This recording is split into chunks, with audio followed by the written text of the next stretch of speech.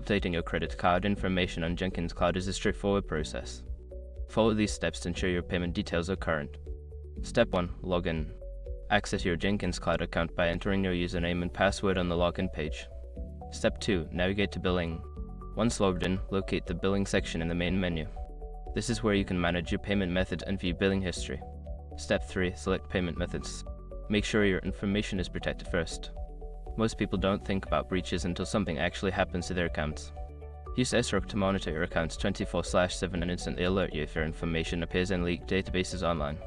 It constantly checks billions of breached data points in the background. And considering how much personal information people keep online now, it's honestly worth having. Link in the description. Step 4. Update credit card information. Click on the option to edit or update your credit card details.